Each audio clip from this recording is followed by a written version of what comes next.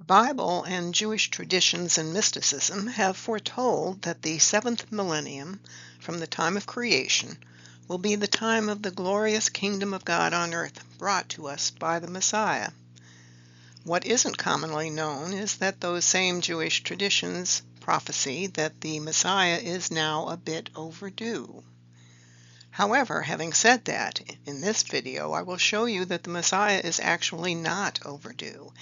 He was right on time in perfect fulfillment of the mystical mapping of the seventh millennium according to the Bible and Jewish tradition.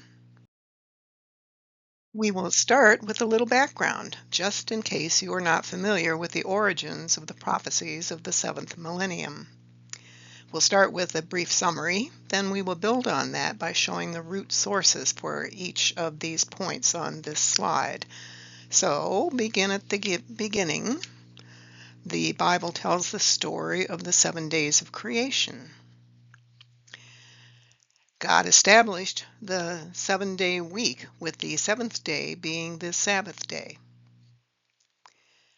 Elsewhere in the Bible, it is mentioned that one day to God is equal to 1,000 earth years, human years.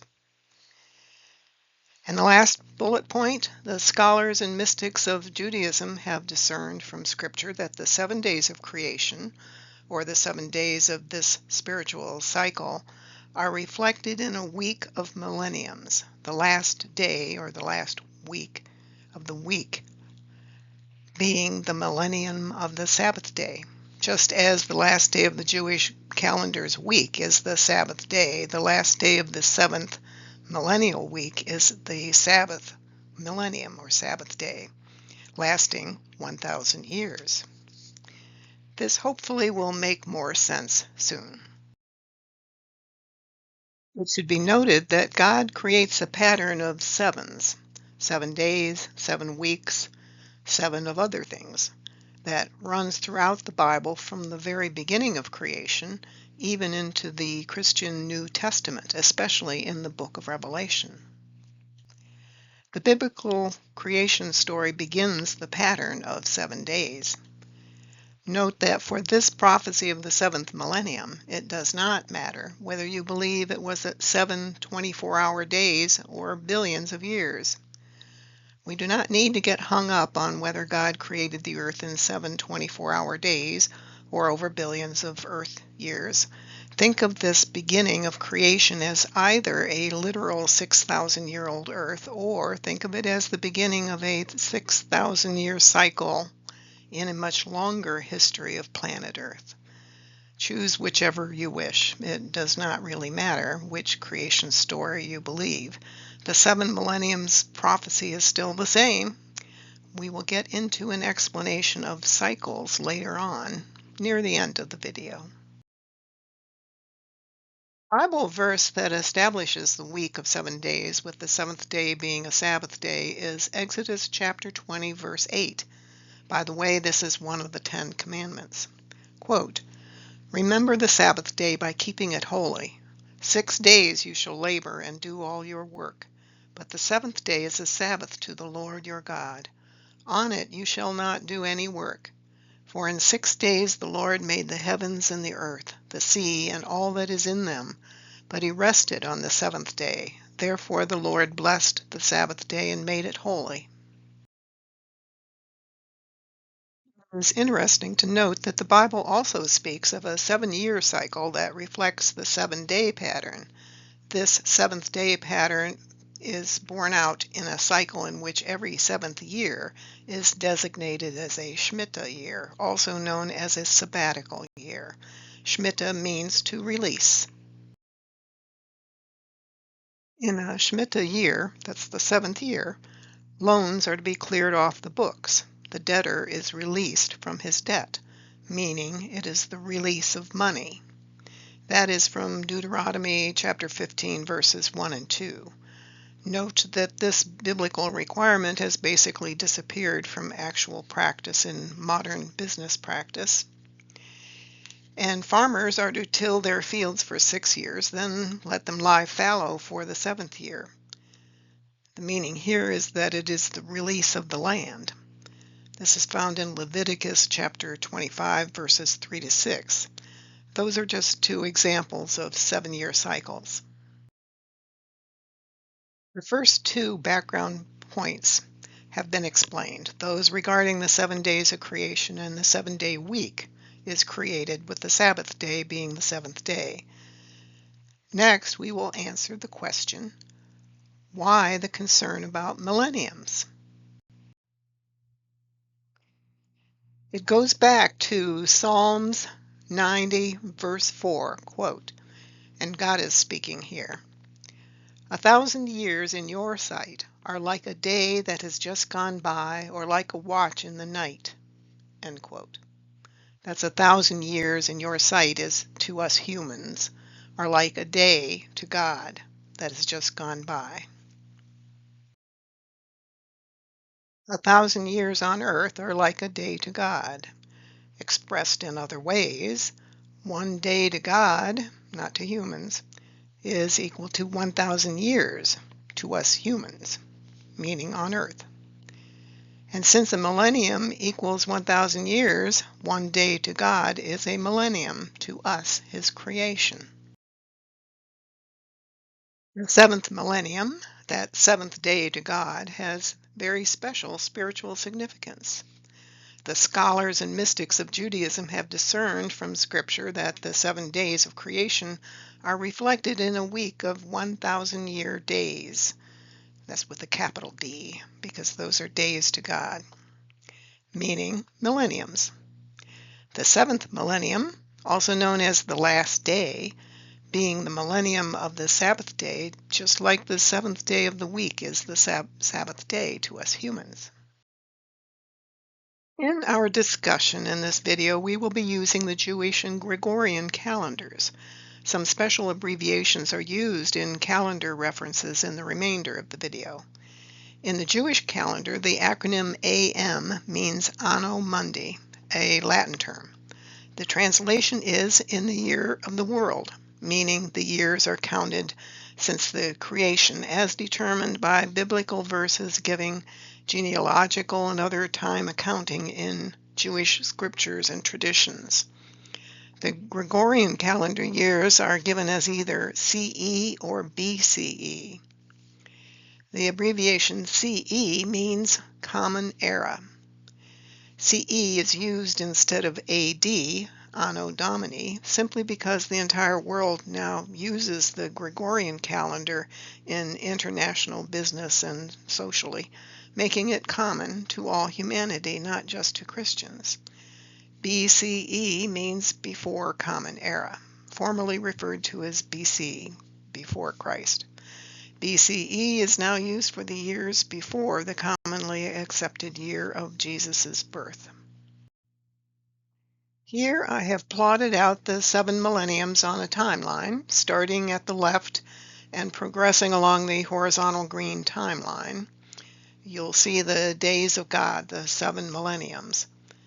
The vertical yellow lines show the beginning of each millennium. The first yellow vertical line on the left is the beginning of creation, according to Jewish texts in the beginning of the Jewish calendar. Each vertical yellow line to the right depicts the end of one millennium and the beginning of the next. The numbers are the numbers of the millenniums.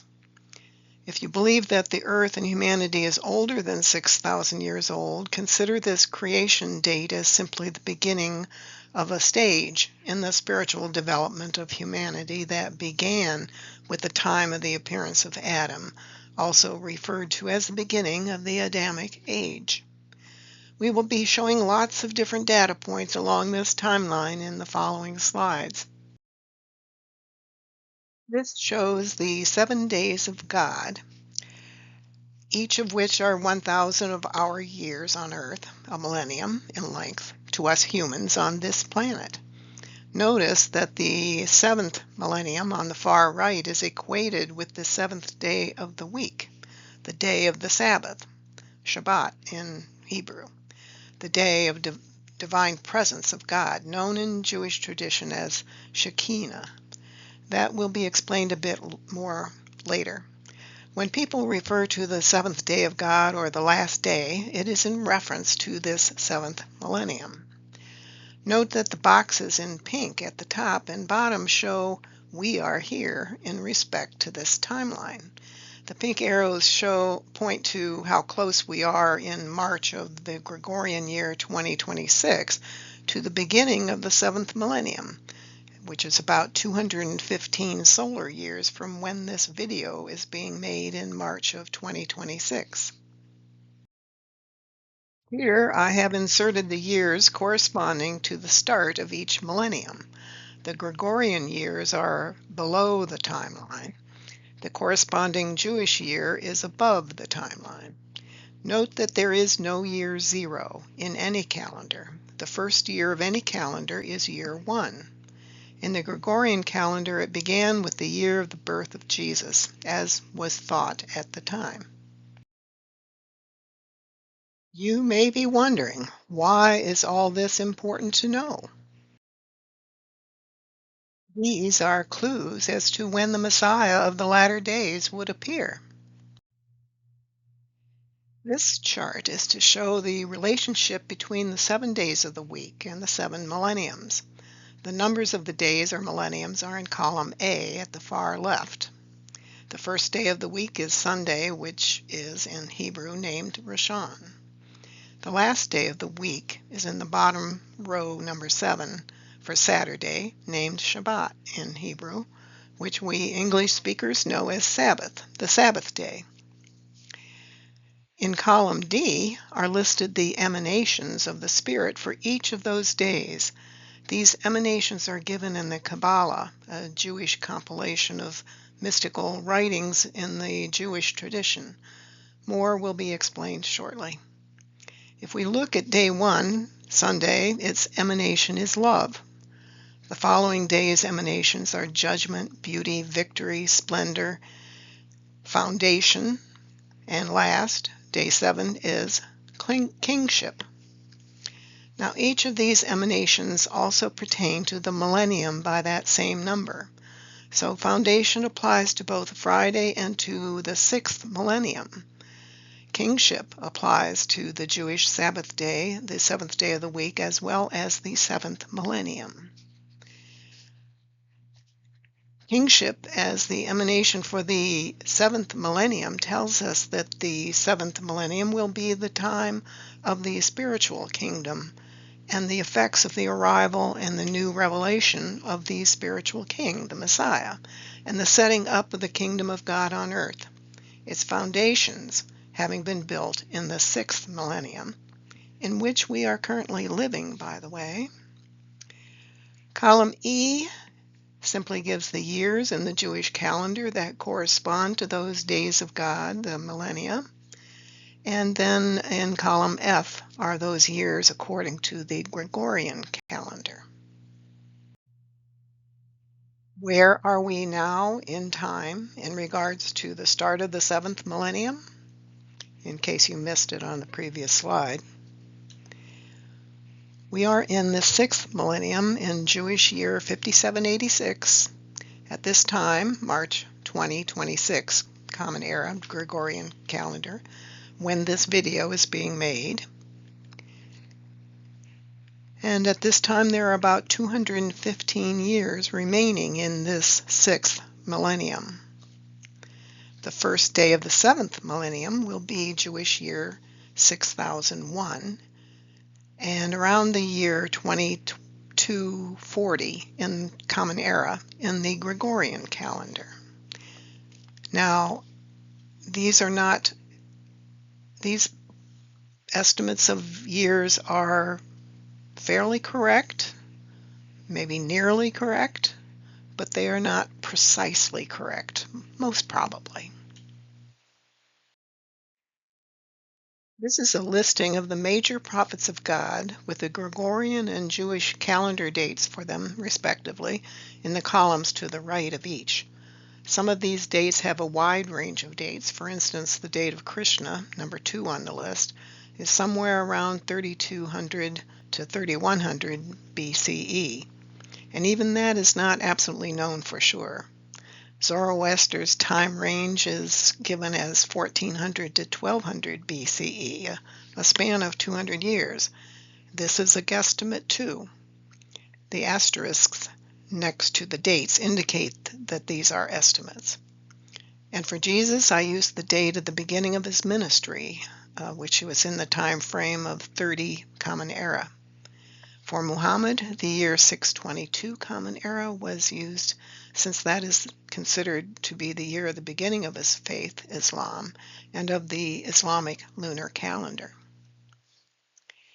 At the bottom are the dates that the Elijah figure proclaimed his identity and station: May 23rd, 1844, Common Era. Then the Messiah declared his presence in April of 1863, Common Era. The Jewish calendar years for those dates are 5604 and 5623, respectively. Hopefully you noticed my little surprise at the end of that list, that the Messiah and his forerunner have already made their appearances in our world, back in the 1800s. Their names were the Bab, which means the gate in English. He was the Elijah figure who was prophesied as coming before the Messiah, and then he made his announcement, his first announcement, in 1844 Common Era. And then Baha'u'llah made his presence known.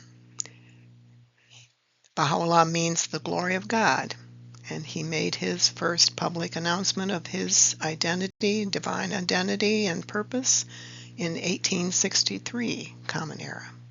I'll be providing more information about them a bit later. The Messiah has appeared already? Where is this idea coming from? You're blowing my mind.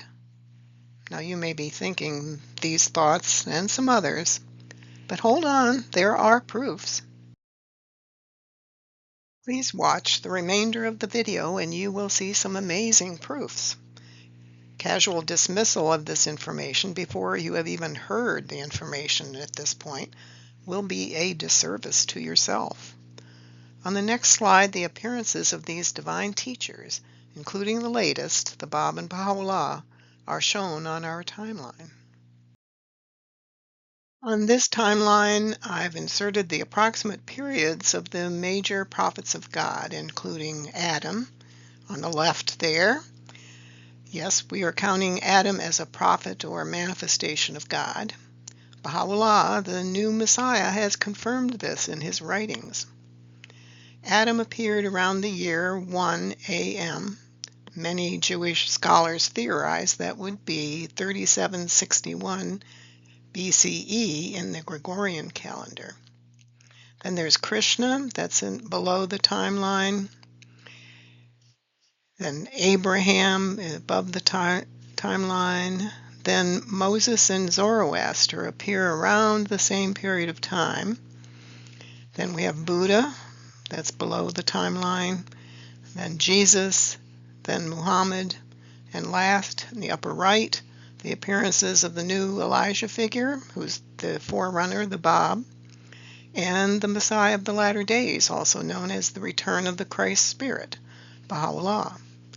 This pattern makes it very visible to see that God has continued his presence in the world through his sending these messengers to us roughly every 500 to 1,000 years or so. A few more background information points follow. Well, for some background on the term Shekinah, which we may run into. It is the presence of God. Shekinah literally means the dwelling, and often is referred to as the glory of God or the glory of the Lord in the Bible, and is commonly thought of as the light. Jewish tradition expects that the seventh day or the seventh millennium will be the time of Shekinah, the coming of the presence of God on earth, meaning the Messiah.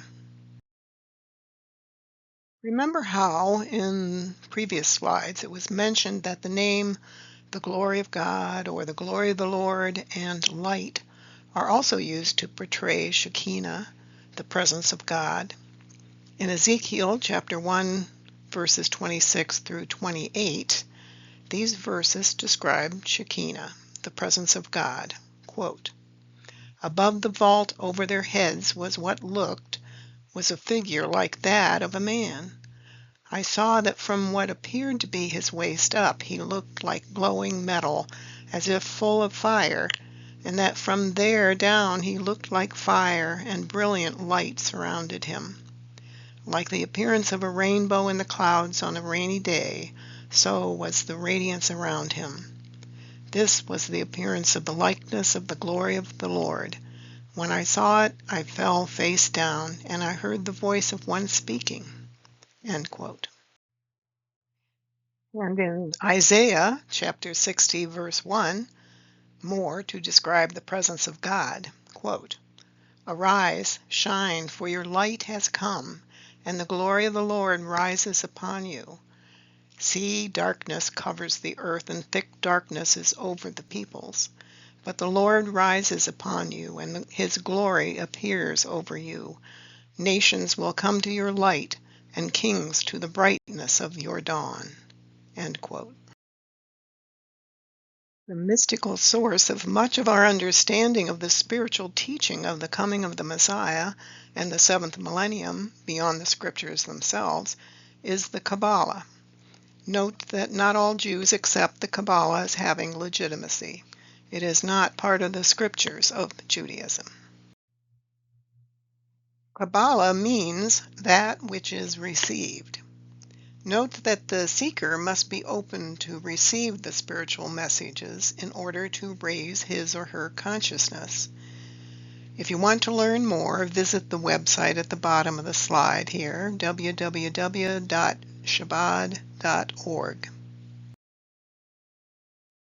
From the website shabbat.org, I'll be showing you an explanation of the most prevalent type of Kabbalah, theoretical Kabbalah.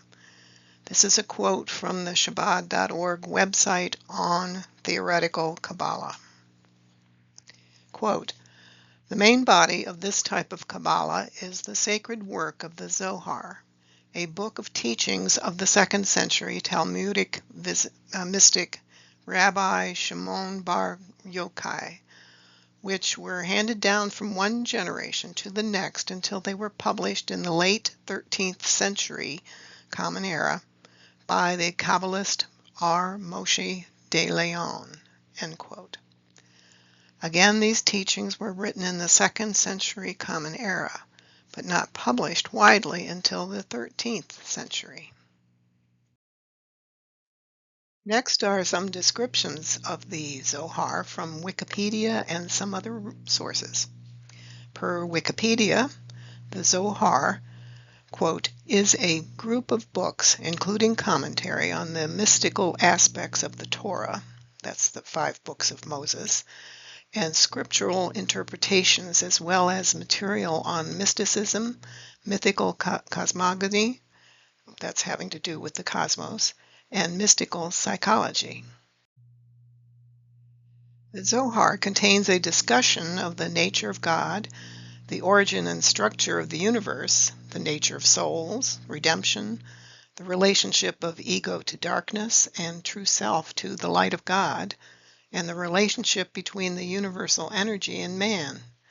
Its scriptural exegesis, which means explanation, can be considered as an esoteric form of the rabbinic literature known as Midrash, which elaborates on the Torah. End quote. When it says it elaborates on the Torah, it is stating that the Zohar is not scripture. It's human commentary on the Torah. The Torah is scripture. You can read the Zohar at this website, zohar.com. You will have to register on the site to access it, but it is free. This website describes the Zohar as follows, quote, "Revealed more than 2,000 years ago, the Zohar is a spiritual text that explains the secrets of the Bible, the universe, and every aspect of life." end quote.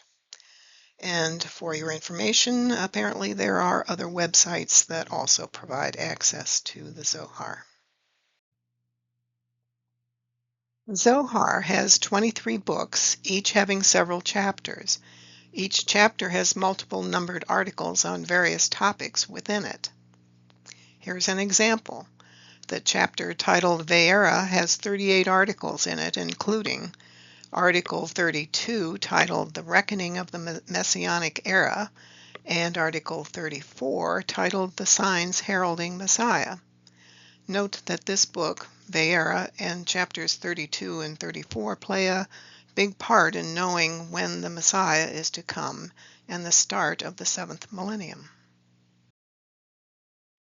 Another term of importance at this point is the term manifestation of God. A manifestation of God means that God's attributes, love, beauty, splendor, kingship, power, etc., are made manifest in a person born to humans on earth, but who is here as God's messenger to us.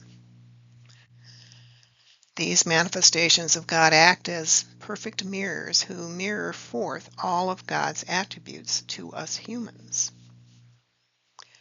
Also, they are referred to as prophets. Notice that's a prophet with a capital P. Divine messengers, divine luminaries, and similar divine titles. These prophets or manifestations of God bring a revelation from God, and since the times of Moses and Krishna, each brings their own book, like the Gospels resulted from the teachings of Jesus. Note that manifestations of God are, from the time they are conceived on earth, a divine being invested by God with the infinite divine spirit. They are not ordinary human beings. Their bodies are human, but their spirits are divine. They are always that divine entity, even if that divine essence is hidden to some extent, such as in their infancy and childhoods. Note that an ordinary human cannot work his way up to become a divine messenger. Sorry, there's no hope for you or me. The Christians watching this video may remember hearing of the Epiphany of Christ. Various denominations of Christianity have some differing ideas of it, but all agree that the word epiphany is from the Greek language meaning to manifest or make manifest. The Epiphany of Christ was when the divine spirit was made manifest in Jesus and his identity as the divine messenger was made known to him. A manifestation of God may not be aware of his station at all until it is revealed to him by God. So Jesus was a manifestation of God. This illustration will, hopefully, explain the concept of a manifestation of God being a perfect mirror. Here we have a human at the bottom right who observes another person on the left, who physically appears like any other human being. This person on the left, although having a human body, also has the divine spirit, depicted by this mirror. But this is no ordinary mirror. This one is perfect in that it has no blemish that would warp any image that is reflected in that mirror. This person, as the perfect mirror, receives the Holy Spirit from God and as a mirror reflects all the divine attributes of God to us. This being that is a perfect mirror is sent by God to all humanity periodically to bring God's message for humanity appropriate for the time and place to which he is sent. Each time this happens, a different human body is the recipient of the Holy Spirit. The body is not the important part. The Spirit from God is the essential. We humans can only understand God through his messengers. God is too far beyond our ability to see and understand him that only his messengers can convey his thoughts to us. They reflect the attributes of God so perfectly that we may think of them as an incarnation of God, meaning God himself comes to earth. But that would be incorrect. They are the manifestations of God, not the incarnations of God. For God to come from the spirit world to be embodied in a human body would be similar to saying you would put the whole of the Pacific Ocean, every drop of it, into a teacup on your table. Just not possible. However, sensitive souls who recognize the divinity of this messenger of God see the reflection of God, in a sense, in that messenger, and many will view that messenger as the Godhead himself, although they are actually seeing the attributes of God reflected in this person. Are these manifestations of God, God himself? They might as well be, in function, since they are, in effect, the ambassadors of God on earth. Note that the prophet for the 7th millennium, known to Jews and Christians as the Messiah, will also be the new prophet for all the peoples and religions of earth, to Hindus, Zoroastrians, Muslims, Buddhists, and others, and all in one appearance. Please note that this concept of God being made manifest in his messengers, the perfect mirrors, is not in the Zohar as such, to my knowledge. Perhaps it's in there in other terms that I have not seen or understood. This clarification of what exactly these manifestations of God are is directly from the new Messiah of the 7th millennium, Baha'u'llah, who was mentioned briefly before. Now we get to the basic message of this video. The Messiah has already come, even though many think he will not come until the 7th millennium actually begins. We now know that the Zohar tells us the date after which he would appear. The explanation of when, where, and who is next. This timeline shows when the latest Messiah appeared. As you can see where the arrow is pointing, in the bottom right corner is when his second advent began, shortly after the 600th year of the 6th millennium, right on schedule according to the Zohar. Note that the first advent of the Messiah was Jesus Christ. This time God sent a manifestation of himself who would not only be the Messiah of the 7th millennium, but the return of the Christ, and also the fulfillment of the promised one of all the major faiths on earth, the 5th Buddha, the Buddha Maitreya to the Buddhists, the 10th Avatar to the Hindus, the Shabbaram to the Zoroastrians, and the resurrection or the great announcement to the Muslims, and many other such prophesied saviors. Just where was this prophesied? In the Zohar. In the chapter Vayera, Article 32, titled The Reckoning of the Messianic Era, in paragraphs numbered 445 and 450. Something to keep in mind is that, according to Jewish writings and traditions, they are expecting two messiahs known to Orthodox Jews as Messiah ben Joseph and Messiah ben David, known to non-Orthodox Jews as the Elijah figure and Messiah, with the Elijah figure to appear before the Messiah ben David, otherwise just simply called the Messiah. The Elijah figure would be considered as the forerunner or announcer of the Messiah ben David, meaning the Messiah.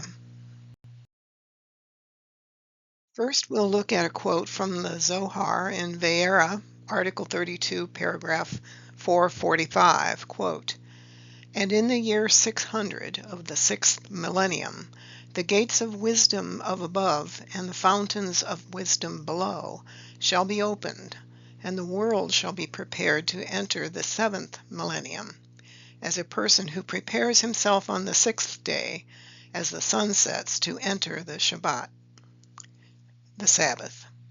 That's in Bereshit 7:11. Note that Bereshit is the book of Genesis in the Christian Bible. So the waters of spiritual knowledge will engulf humanity around the 600th year of the 6th millennium. meaning this is a prophecy that the Messiah will appear around the Jewish year 5600 Anno Mundi, which is the Gregorian years around 1840 Common Era.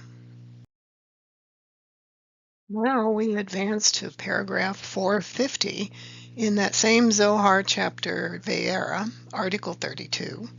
We come to this excerpt, quote, "And the Holy One, blessed be He, shall be with her in exile during the 6th millennium, according to the count of Vav, which is 6, times Yud, which is 10, equals 60, and 10 Yud times 60 equals 600, namely the year 600 of the 6th millennium.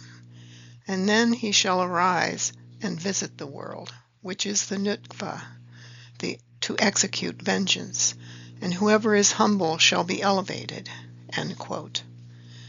This verse is a confirmation that the prophecy from the previous paragraph, 445, truly was about the appearance of the Messiah around that year of 5600 in the Jewish calendar, the 600th year of the 6th millennium, which is the year 1840 Common Era in the Gregorian calendar. William Sears, in his book titled Thief in the Night, The Case of the Missing Millennium, quoted several other Jewish scholars as follows, quote, "The Zohar, circa 1290, the great textbook of medieval Kabbalah, gives the year 5600 Anno Mundi, which equals 1840 Common Era, Christian Era, when the gates of wisdom will be opened. Judah Alkali, writing on Zionism in the 19th century, regarded the 1840 period as the time for the Messiah." H. Silver, in Messianic Speculation in Israel, says, "The year 1840 was counted on by many as the Messianic year and the beginning of redemption. Simon ben Zima Duran, 1361 to 1444, author of A Commentary on the Book of Job, gives the year 1850 Common Era as the Messianic year." End quote. And this comment in the Zohar about, quote, "the world shall be prepared to enter the 7th millennium," end quote, in an excerpt from Lectures on the Torah Reading by the faculty of Bar Ilan University in Ramat Gan, Israel.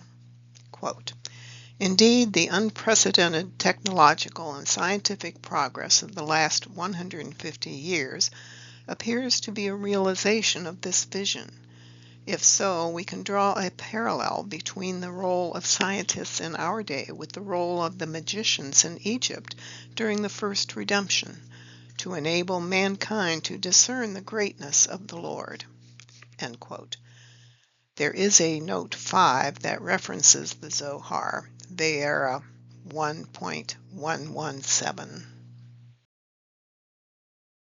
Just a reminder here of this table showing the Jewish and Gregorian calendar dates for the beginning and end years of each millennium. We have to apply some math to the dates in the row for the 6th millennium.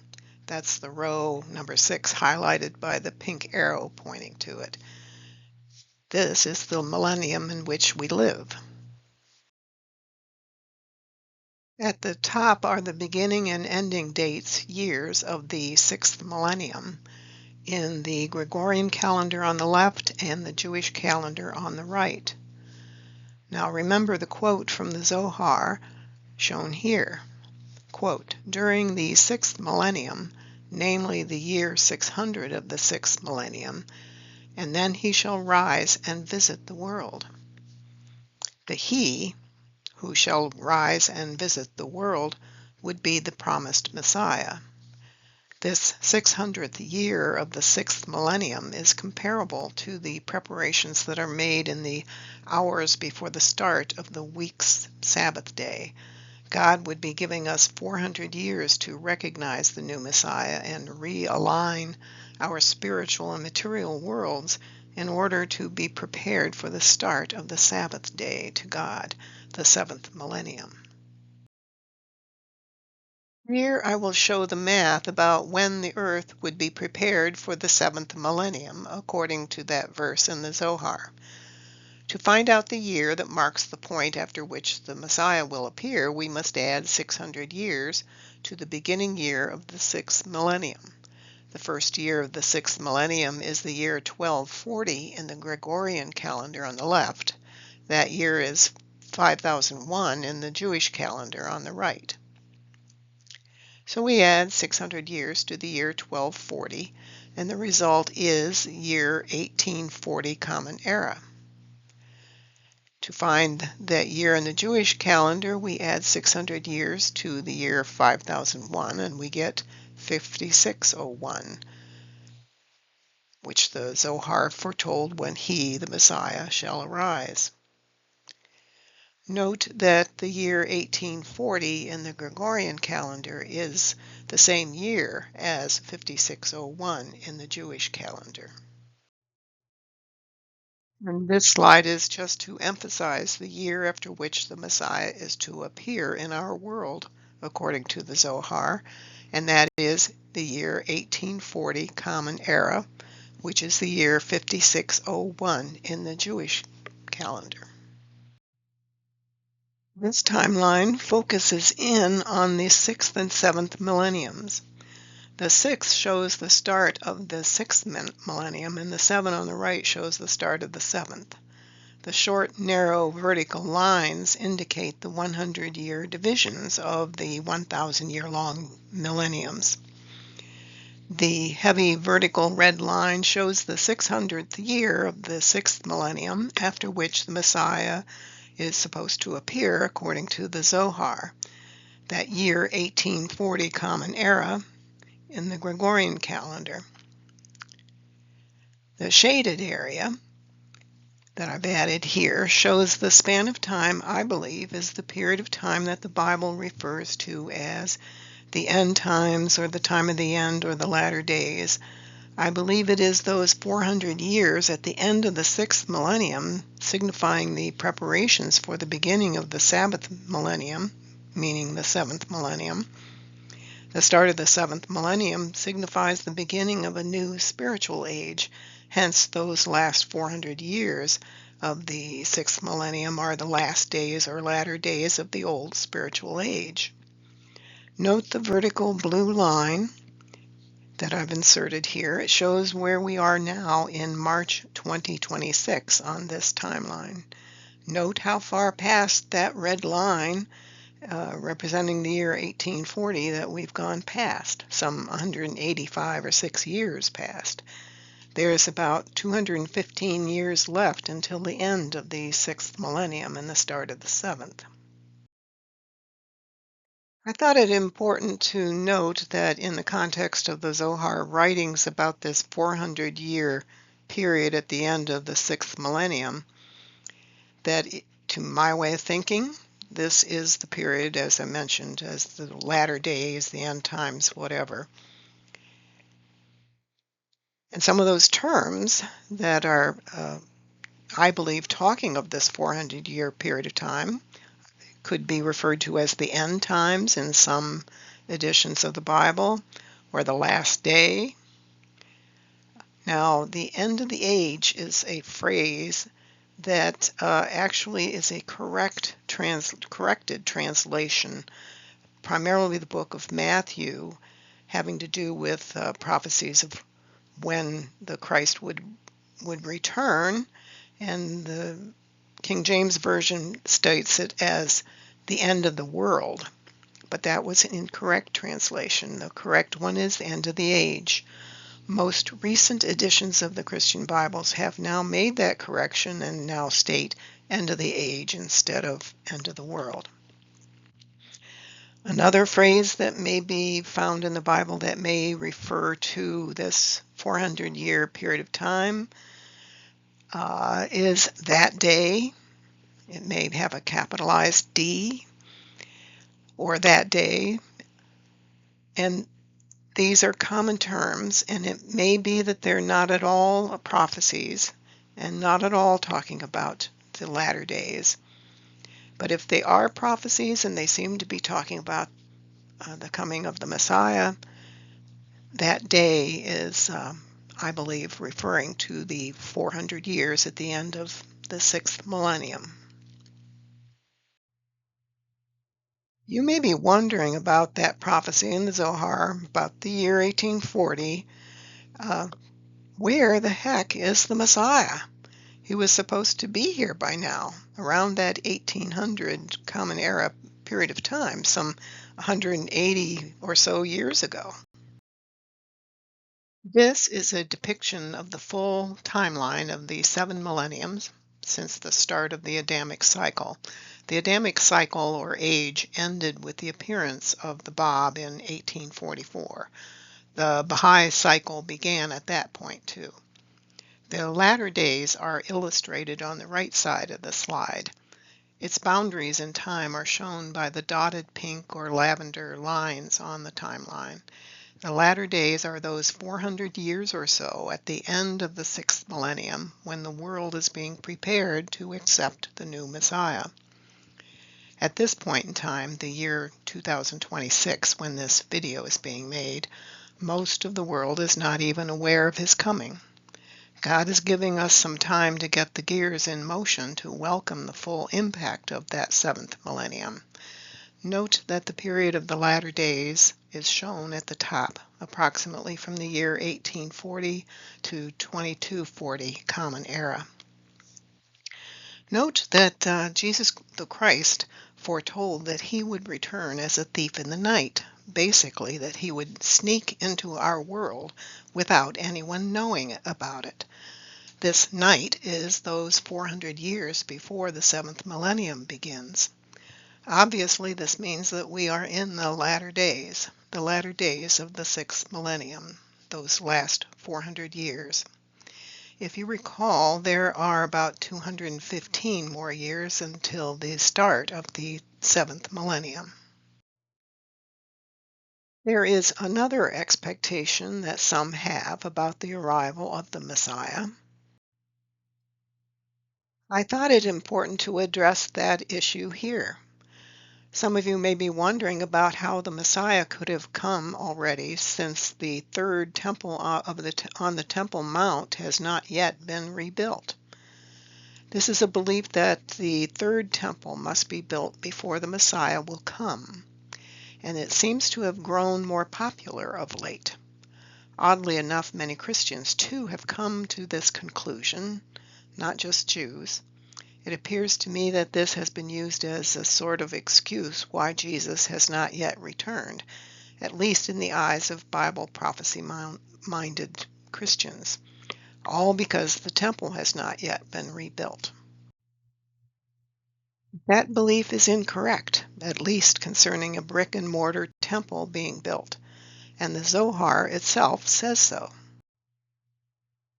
From the Zohar in the Book of Pinchas, Article 24, quote, "A third temple is not mentioned in the Torah."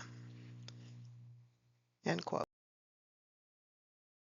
Article 143 of the Book of Pinchas, it states, quote, "But the temple is not to be built more than twice. The first temple and the second temple are mentioned, but you will not find a third temple in the Torah.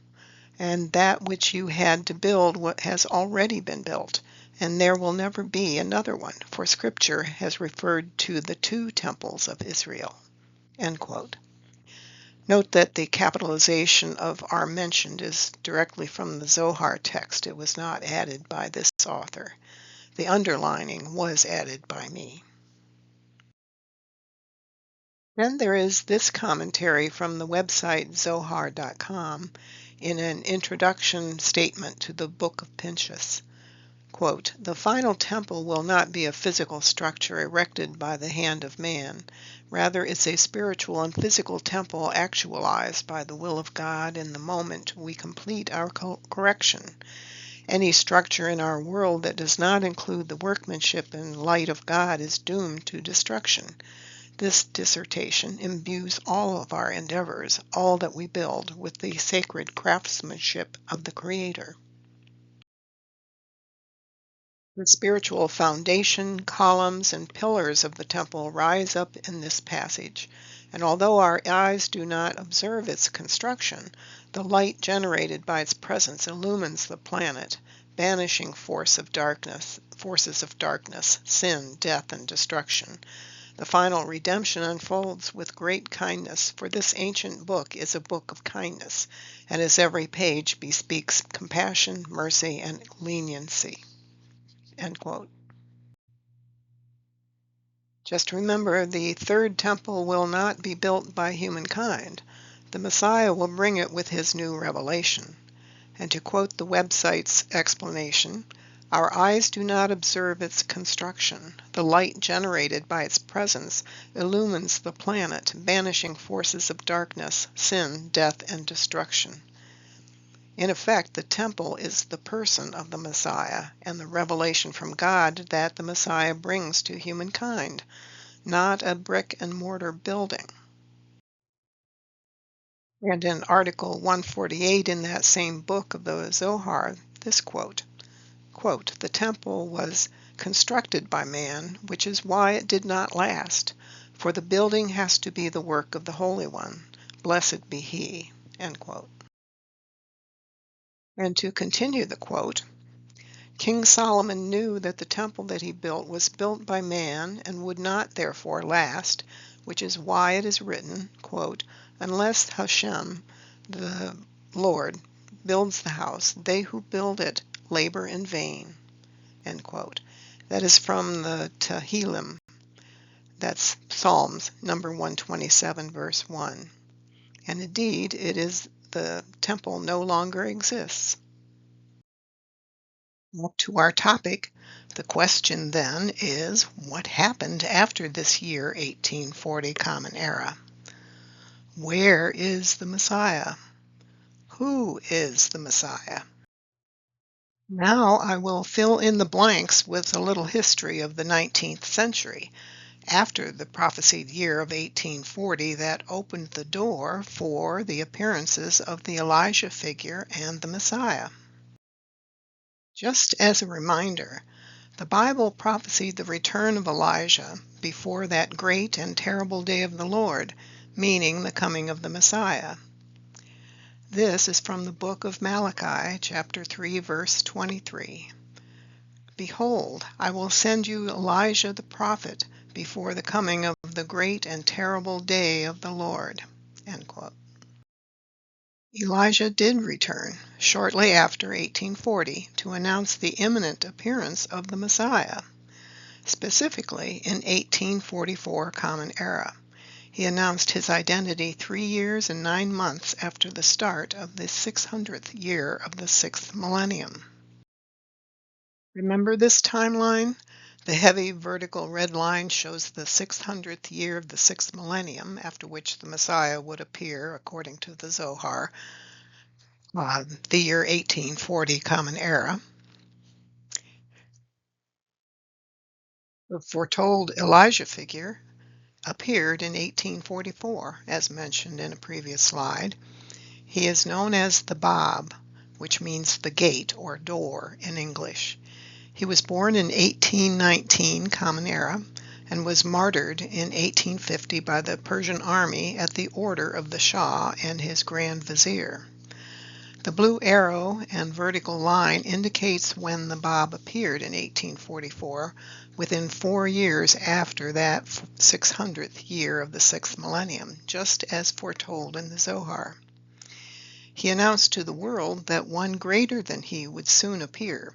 He called him, quote, "him whom God shall make manifest," end quote.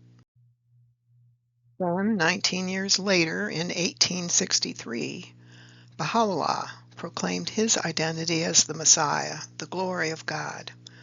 All very much on schedule according to the Bible and the Zohar. Note that Baha'u'llah means the glory of God in English. I will fill you in on some of the events of 1844 and thereafter. 1844 was the year of the coming of the Elijah figure to herald the imminent appearance of the Messiah, who would also be the return of the Christ Spirit. If we look at some events in the Middle East, there were some remarkable events that fulfilled Bible prophecies. On May 23, 1844, a young man entitled the Bab, which means the gate in English, declared the dawning of a new day in the religious history of the world. The young man came from Shiraz, Persia, in the southwestern area called in the Bible the land of Elam. It is interesting to note that Shiraz, Persia, now known as Iran, where the Bab lived and declared his divine identity and station, is in the ancient land of Elam. Did you know that God promised in Jeremiah chapter 49, verse 38, that in the latter days I will set my throne in Elam and destroy her kings and officials, declares the Lord. The Bab did set God's throne in Elam exactly as foretold in the Bible by announcing his coming in that location. Also remember that Elam is where Daniel was located when he had his visions of the future. Here are two maps of the Middle East. The one on the left is of the Middle East in ancient times when Assyria, Babylonia, and Elam existed at various times. The big red arrow is pointing to the location of Elam. Note that the black borders are modern ones, not at all the national borders in antiquity. So just ignore them on the map on the left. On the right is a map of modern-day Middle East with the national boundaries. Note that the location of ancient Elam is noted in a small box with a yellow background with the green arrow pointing to it. Ancient Elam is now the southwest area of modern Iran, formerly known to Westerners as Persia, until 1935, when the name was changed to Iran. And yes, Elam did indeed play a major part in the beginnings of the appearance of the Messiah of the latter days, very much in keeping with this prophecy of Elam being where God will set his throne in the latter days. Tens of thousands of people became his followers. Some even estimate that the number of his followers into the 100,000s. A follower of the Bab, the gate, was called a Babi, plural, Babis. His followers included Muslims primarily, but also some Persian Jews and Zoroastrians who had the insight to see, that is, to recognize their Lord.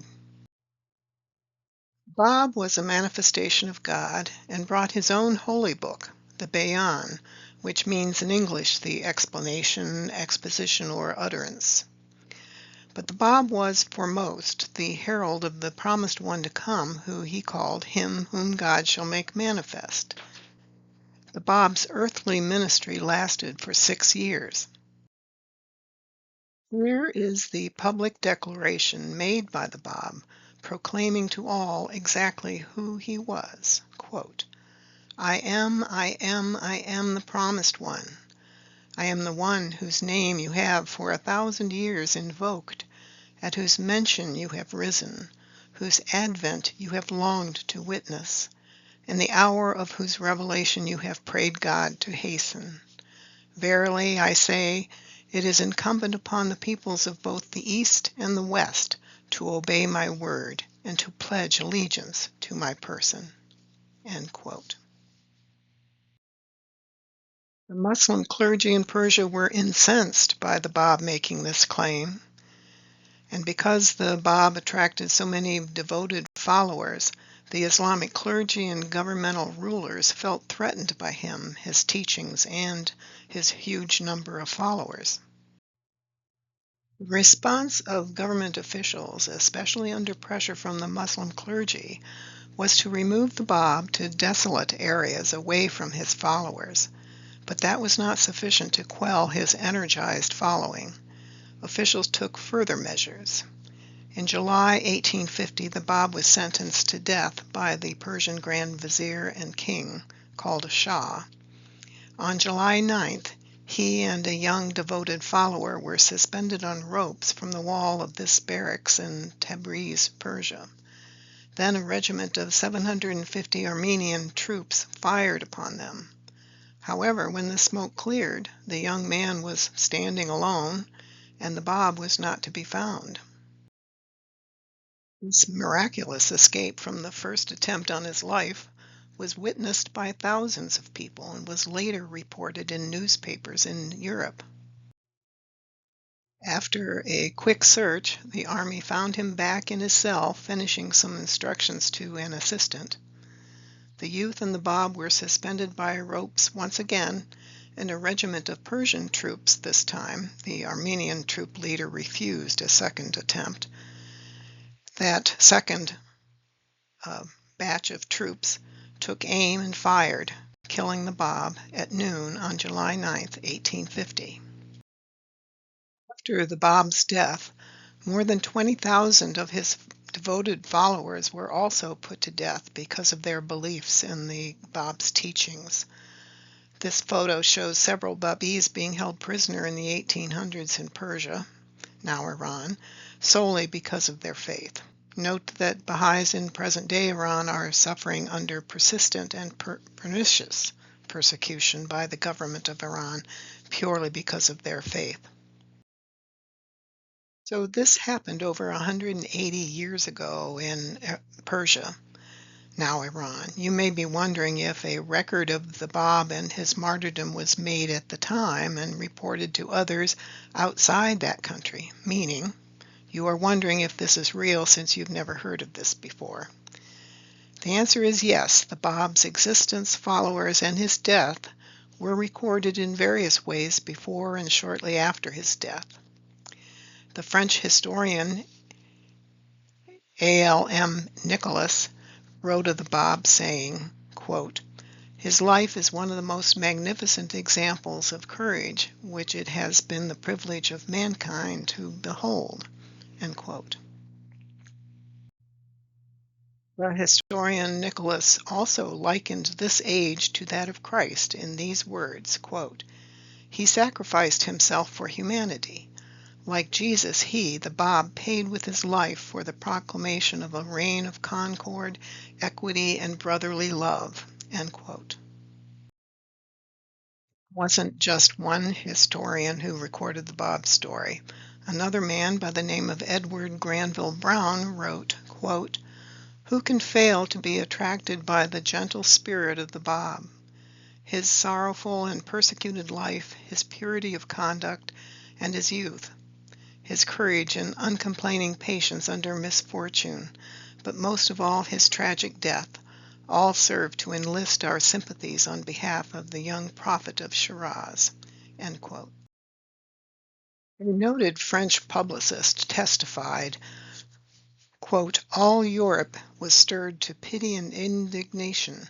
Among the literateurs of my generation in the Paris of 1890, the martyrdom of the Bab was still as fresh a topic as had been the first news of his death. We wrote poems about him. Sarah Bernhardt entreated Catulle Mendes for a play on the theme of this historic tragedy." End quote. Note, Sarah Bernhardt was a famous French stage actress in the late 1800s and early 1900s. Catulle Mendes was a poet and playwright in that period of time. This was cited in a book titled God Passes by Shoghi Effendi on page 56. William Sears mentioned the following in his book, Thief in the Night, quote, "A drama was published in 1903 entitled The Bab. It was played in one of the leading theaters of St. Petersburg. The drama was publicized in London and was translated into French and into German by the poet Fiedler." End quote. And the famous Oxford scholar, the Reverend Dr. T.K. Shane, called the Bab, quote, "that Jesus of the age, a prophet and more than a prophet. His combination of mildness and power is so rare that we have to place him in a line with supernormal men." End quote. Bab wrote his own holy book, and founded his faith called the Baha'i faith. However, he always mentioned that his primary duty was to foretell the coming of one greater than he, who would appear very soon after him, the coming of the Messiah to the Jews and Christians, and the promised one of all the other faiths in the world as well. As the forerunner of the Messiah, the Bab foretells in his writings, quote, "Of all the attributes I have paid to him who is to come after me, the greatest is this, my written confession that no words of mine can adequately describe him, nor can any reference to him in my book do justice to his cause." End quote. The Bab considered himself only as a ring upon the hand of him who was yet to come. He said that he would be the first to bow down before him. In the days preceding his death, the Bab wrote, quote, "I have educated all men that they may recognize this revelation of the Messiah to come, that belongeth neither to the east nor to the west. How then can anyone be veiled from him?" End quote. He truly heralded the coming of the Messiah with an intense and pure devotion. Note that there is no record of the Bab and Baha'u'llah actually meeting each other in this world.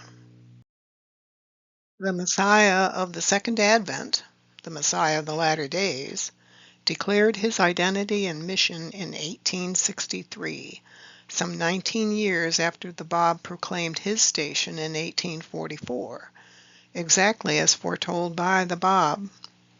The photo here is of the shrine of the Messiah, where he is interred in the small building where the arrow is pointing, amid these lovely gardens. The shrine is located just outside the city of Akko, Israel. He passed away in 1892. His name is Baha'u'llah, which means in English, the glory of God. Some history of Baha'u'llah's life. After the martyrdom of the Bab in 1850, the Bab's chief disciple, Baha'u'llah, was imprisoned for several months in the Black Pit prison in Tehran. While he was in that prison, he had a vision wherein he was told of his station as the one promised by the Bab, him whom God shall make manifest. This was in late 1852. He did not reveal this vision to anyone for about 9 years. In 1853, after his release from prison, he was exiled to Baghdad as a prisoner of the Ottoman Empire. About 9 years later, in 1863, just before he was once again exiled, this time to Constantinople, he announced to the Babis, the followers of the Bab, that he was the promised one that the Bab had said would come soon. Most Babis accepted Baha'u'llah as the anticipated blessed one that the Bab had foretold as coming. They thereafter were called Baha'is, which means followers of the glory. After a few months in Constantinople, present-day Istanbul, Baha'u'llah, his family, and some close believers were exiled a third time to Adrianople, now Edirne, Turkey. While he was in Adrianople, under house arrest, Baha'u'llah commenced sending to key rulers of his time special tablets announcing his divine identity and counseling those rulers that they must take care of their people, including establishing peace between the nations, among other counsels. Those tablets to the kings and rulers by the Messiah included those rulers you see here. Starting in the upper left, Tsar Alexander II of Russia. To the right of him is Kaiser Wilhelm I of Germany. Then Nasir Din Shah of Persia. Then Pope Pius IX in the upper right. In the bottom left, Sultan Abdulaziz of the Ottoman Empire, Queen Victoria of England, and then Napoleon III of France. The fourth and last exile Baha'u'llah suffered as a prisoner of the Ottoman Empire was to the prison city of Akka on the coast of the Mediterranean Sea in then Palestine, as you can see on the enlarged map to the right. He arrived there in 1868 and was imprisoned for several years. He was released from the cell after a few years, but not allowed to leave the area. He passed away in 1892. Allah entered Akka through the gate on the Mediterranean Sea as shown in this old photograph. Baha'u'llah, the glory of God, the King of glory, entering through this ancient gate reminds us of these verses in Psalm 24, verses 9 and 10, as you see here. Lift up your heads, you gates, lift them up, you ancient doors, that the King of glory may come in. Who is he, this King of glory? The Lord Almighty, he is the King of glory.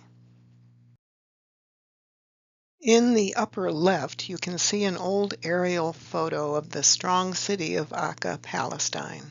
This was taken before the State of Israel was created in 1948. Akka is also known by some other names in antiquity, such as Acre and Ptolemaeus. This walled city has had many different uses through the ages, including as a fort, including a use by the Christian Crusaders, an army barracks, and as a prison. In the lower right is the prison within the walls of Akka where Baha'u'llah was incarcerated for several years. Akka is across the bay from present-day Haifa, Israel, which, by the way, is home to the world center of the new faith of the new Messiah. The earthly ministry of Baha'u'llah lasted 40 years until his passing in 1892 in Palestine. Baha'u'llah wrote many tablets and books, over 100 altogether, to declare his station as the manifestation of God for this age, and to give his counsels and laws to humanity. Here is an example of one of his proclamations where he speaks of the coming of his revelation, the law of God for this new era. Quote, "The time foreordained unto the peoples and kindreds of the earth is now come. The promises of God, as recorded in the Holy Scriptures, have all been fulfilled. Out of Zion hath gone forth the law of God, and Jerusalem and the hills and lands thereof are filled with the glory of his revelation. Happy is the man that pondereth in his heart that which hath been revealed in the books of God, the help in peril, the self-subsisting. Meditate upon this, O ye beloved of God. Let your ears be attentive unto his word, so that ye may, by his grace and mercy, drink your fill from the crystal waters of constancy, and become as steadfast and immovable as the mountain in his cause." End quote. And what is the new faith of the Bab and Baha'u'llah? The name of the body of their followers? The Baha'i faith. The word Baha means glory. Baha'i means follower of the glory, meaning the follower of Baha'u'llah, the glory of God. Note that you may occasionally hear the Baha'i faith referred to as Baha'ism. Note that this is not the correct terminology. The proofs of the claims of the Bab and Baha'u'llah include, well, primarily the writings of the Bab and Baha'u'llah, the most important proof since these writings are the Word of God. Then we have the lives of the Bab and Baha'u'llah, and the prophecies made by the Bab and Baha'u'llah which have been fulfilled, and Bible prophecy fulfillment, including fulfillment of the prophecies of other faiths than just Judaism and Christianity. The writings and teachings of the Bab and Baha'u'llah can be accessed at this website that you see here for free, and that website is bahai.org/library. The Baha'is eventually brought the remains of the Bab from Persia to Palestine in the late 1890s and placed them in this shrine, the shrine there with the golden dome on the left. That is the Shrine of the Bab, which is in the middle of present-day Haifa, Israel, on the side of Mount Carmel. Baha'u'llah's earthly remains are in this sanctuary, the photo on the right, which is just outside of the prison city of Akka, where he was exiled by the Sultan Abdul Aziz of the Ottoman Empire in 1868. Also, for your information, I've provided here a few demographics about the Baha'is in the world. There are Baha'is in over 200 nations, islands, and territories on Earth. There's a total of about 8 million Baha'is all over the globe. In the USA, there's about 170,000 Baha'is. By the way, the Baha'i faith was first mentioned in the USA in 1893 during the Parliament of World Religions held in Chicago during the World Fair of 1893. Baha'is are of all races, nationalities, ethnicities, and former religious affiliations. Some were born into the faith, but others, like me, became Baha'is after our own independent searches for truth. A person is not automatically considered to be a Baha'i if they were born to Baha'i parents.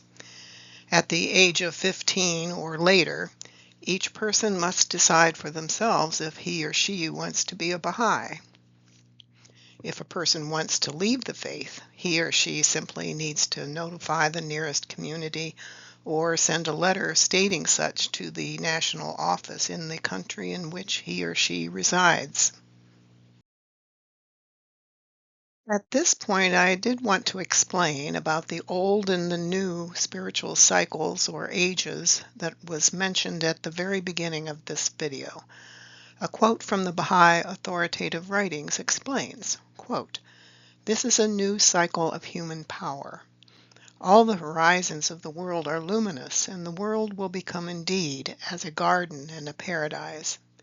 It is the hour of unity of the sons of men and of the drawing together of all races and all classes. You are loosed from ancient superstitions which have kept men ignorant, destroying the foundation of true humanity." End quote. Baha'u'llah tells us that his coming has commenced a whole new cycle of time on earth, the Baha'i cycle. It will last for at least 500,000 years. There are smaller cycles too. Each prophet brings a cycle of about 1,000 years. So Baha'u'llah's appearance started both a 1,000-year cycle of his revelation from God and a universal cycle, the cycle that is 500,000 years long. Further, he instructed us that Adam was actually a prophet of God. Eve was not a woman, but rather Eve symbolizes Adam's soul. The story of Adam and Eve is an allegory of the relationship of our souls to our material existences. Adam brought in the Adamic cycle or age, and the appearance of the Bab ended it. The Adamic cycle was the age of prophecy. The Baha'i cycle is the age of fulfillment. Note that Baha'u'llah verifies that there will be more prophets sent to us in the future, but not before about 1,000 years from his time in the 1800s. You may be wondering if the Bab and Baha'u'llah were false prophets. To my way of thinking, there's only 3 possibilities concerning the claims of the Bab and Baha'u'llah. First, that they were mentally ill, suffering from religious delusions of grandeur. Or that they were con men perpetrating a fraud, leading people astray for their own benefit. Note that the Bab and Baha'u'llah never actually met, although they did correspond. Perpetrating such a grand fraud under those circumstances in the mid-1800s would have been impossible. Note that they also lost all their wealth and positions in society in Persia. Baha'u'llah was from a noble family. He lost all his possessions and standing in Persian society because of his claims. Or they were telling the truth. They truly were the foretold forerunner and Messiah. I believe that if you examine their writings and their lives, you will agree that they were telling the truth and are who they claim to be. You have an open invitation to investigate the Baha'i Faith. One of the faith's chief tenets is a requirement for all of us to approach life as an independent search for truth. God has given us a spiritual obligation to seek Him, not just sit back and expect His manifestation or prophet for this new era to pursue us while we languish in spiritual stupor. In the next few slides, I'll provide some sources of information to help you get started in your search, if you choose. Here are some websites that have some good information about the Baha'i Faith. More history about the Bab and Baha'u'llah, among others, who were the founding personages of the faith. Also gives you more information about our beliefs, our worldwide community of believers, and other topics. The top 3 websites are official Baha'i websites. The top one is the official website of the International Baha'i Community. The second one is to the free online library of many sacred and authoritative texts in the faith. The third is the official website of the Baha'is of the United States. The bottom one is a blog of articles written by Baha'is on a variety of religious and spiritual topics. Note that it is not an official website of the Baha'i Faith. There is a free online book that gives a good, interesting overview of the Baha'i Faith, its main figures, history, beliefs, and its followers, without being preachy or trying to convert you. Its title is Baha'u'llah and the New Era by J.E. Esselmont. You can read it online or download a copy of it. Just go to the website through this website that's on the screen. Pause the video to write it down, but note that this website is also given in the description of this video. If you prefer an actual physical book, it may be available through online book vendors too. It may even be in your local library for free. If you would like to meet Baha'is in your area, you can go to the website of the National Spiritual Assembly for your country. For those in the USA, that website is bahai.us, or call 800-22-UNITE, which is 800-228-6483, weekdays between the hours of 8:30 a.m. to 5:30 p.m. Central Time. And there is an email address of Baha'i, BAHAI, info@baha'i.us. Tell them your name and contact information, and they will contact Baha'is in your area who will contact you. Are you interested in how the Baha'i Faith fulfills Bible prophecies of the appearance of the Messiah of the latter days, also known as the return of the Christ Spirit? Well, watch my videos on many such topics on my YouTube channel, as you see here. That channel name is, first, the symbol for @ that you see there, Integral Destiny 9. All one word, no spaces between the @ symbol, the letters, and the number. Again, @Integral Destiny 9, all one word. Here is a list of some of the videos on my YouTube channel. I'll hold this slide here for just a second to give you time to look at some of the titles. Note that I will put some links to them in the description of this video. As mentioned, links to some of my other videos are in the description of this video. Descriptions to videos are accessible in slightly different ways depending on how you are watching YouTube. Whether you are watching YouTube on a computer, tablet, or phone, or on a TV monitor through a Roku, Google TV, or other such device. Remember the bright pink 1 and 2 as I further explain. This explanation uses a different one of my videos on YouTube as an example. You can see the video's title here below the video screen. This video's title is Interpretations of Nebuchadnezzar's Statue Are Wrong. Now the arrow is pointing to the description of that video. Only a couple lines of the description are shown. Then, if there is more to the description, you'll see 3 dots and the word More. Click on the word More to access the full contents of the description.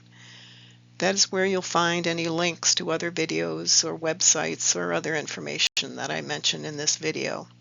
You probably will need to copy the website address and paste it into your internet browser. I don't believe YouTube allows direct links. The second method can be used for those watching on a TV or monitor through a Roku, Google TV, or similar device. Click Enter on your remote to freeze the video. Then use your up, down, right, left functions on your remote to highlight the description button or bubble that you see here in the red circle on the screen. Then press Enter on your remote once you've highlighted the description button. You will then see a screen like this. Now the description is on the right in the section labeled Description. To view the description, use the directional functions up, down, left, right on your remote to highlight the description box as you see here, then press Enter on your remote. If there is a longer description to the video, it will then appear. Thank you for watching. Please note that this production is not an official production of the Baha'i Faith community. It was written, produced, and narrated by me alone. Contact me at that email address if you have any questions. All copyright protections are claimed. Do not change any information, slide, diagram, or narration without my permission. And please do not charge a fee to anyone for viewing this video or any part of it. I do not make any money from these videos. I consider this a service and a gift to my fellow human beings.